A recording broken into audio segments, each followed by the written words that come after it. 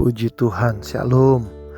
Saudara, Yohanes pasal 1 ayat 12 berkata begini, tetapi semua orang yang menerimanya diberinya kuasa supaya menjadi anak-anak Allah, yaitu mereka yang percaya dalam namanya.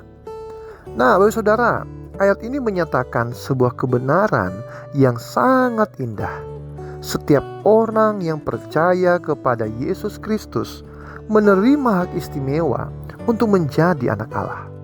Ketika seseorang percaya kepada Kristus, identitasnya berubah. Ia bukan lagi sekedar manusia yang hidup tanpa arah, tetapi menjadi bagian dari keluarga Allah dan warga kerajaan surga. Seperti yang ditegaskan dalam Filipi pasal 3 ayat 20.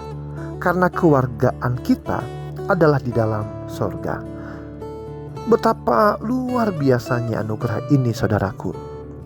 Nah, saudara, di dunia ini banyak orang merasa bangga dengan status keluarga mereka.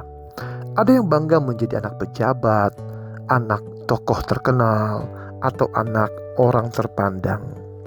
Namun firman Tuhan mengingatkan bahwa kehormatan terbesar bukan berasal dari hubungan dengan manusia, melainkan dari hubungan dengan Allah.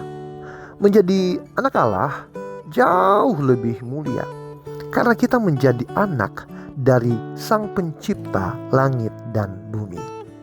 Saudara, status ini tidak kita peroleh karena usaha atau kebaikan kita sendiri.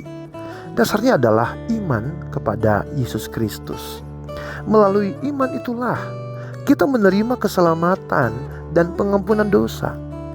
Efesus 2 ayat 8 berkata begini, sebab karena kasih karunia kamu diselamatkan oleh iman. Itu bukan hasil usahamu, tetapi pemberian Allah. Nah, namun saudara, menjadi anak Allah bukan hanya sebuah gelar rohani saja. Status ini juga membawa tanggung jawab. Kita dipanggil untuk hidup dalam iman yang nyata.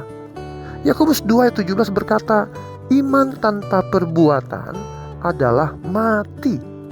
Karena itu saudara, iman kita harus terlihat melalui sikap, perkataan, dan tindakan yang memuliakan Tuhan.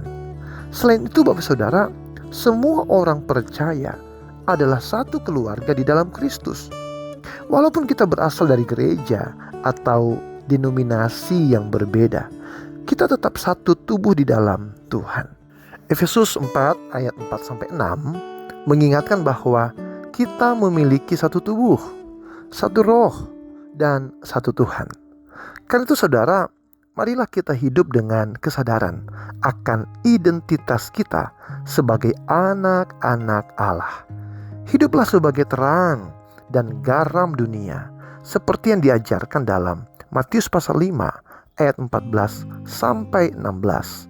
Sehingga melalui hidup kita, orang lain dapat melihat kasih Kristus dan memuliakan Bapa di sorga. Tuhan Yesus memberkati. Shalom.